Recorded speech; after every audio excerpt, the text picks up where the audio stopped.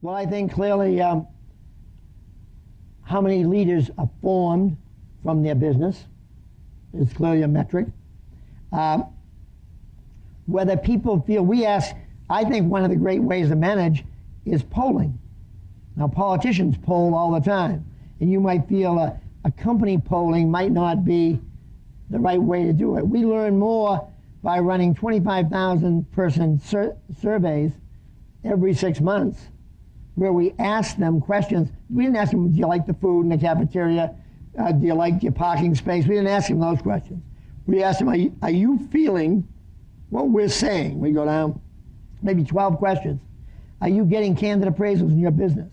Are you feeling the quality program? Is it changing the game, or is it just a bunch of charts?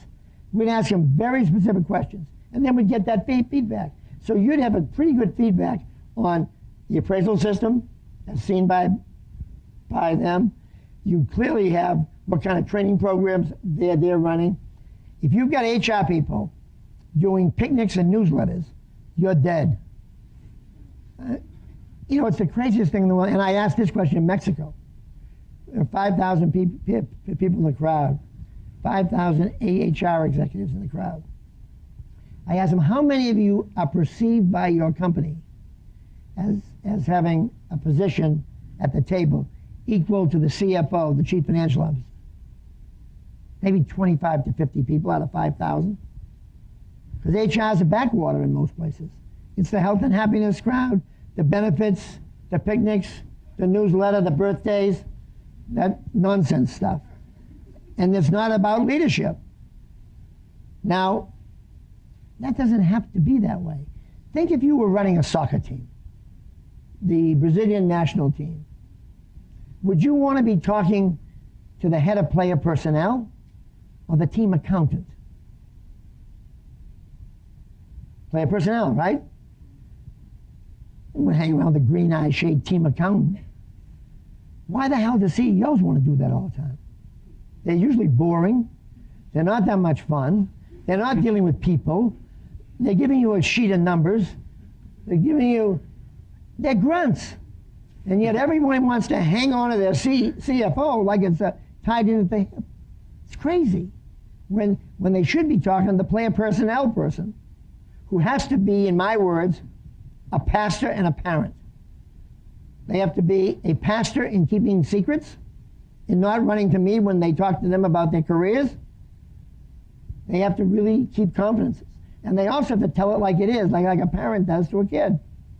So a good HR person is a pastor and a parent. And they're not some palace intrigue. They're not the benefits leader. They're not all those things. And usually the best HR people come from operations. They've been the best salesperson. They've been a plant manager. They've dealt with all kinds of real life situations.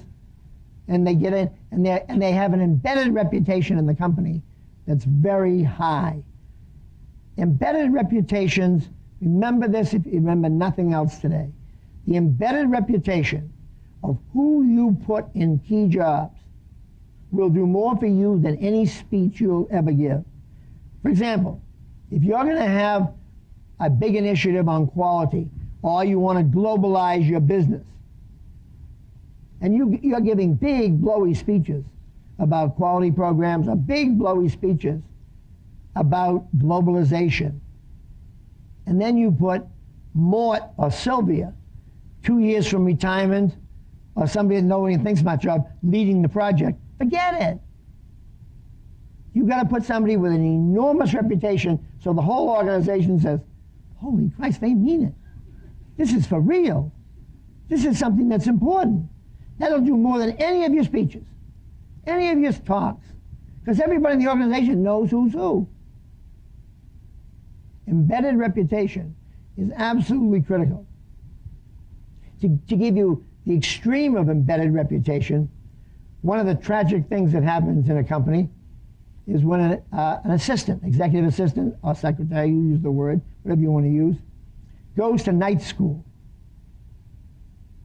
7 years, saves up, company supports her. Then she gets her degree, and she thinks something's going to happen. she's still the secretary. She has to change jobs. So that kind of, I'd give these women speeches. You've got an embedded reputation here. No one's going to see you in this company different than before because you got a degree at night. They still see you as who you were. You've got to take that new degree, that new you, package it up, and take it somewhere else. You're selling a new package with a fresh slate. It's true about important projects the same way. Embedded reputation is a killer or a great aid, but it has to be considered in every key appointment.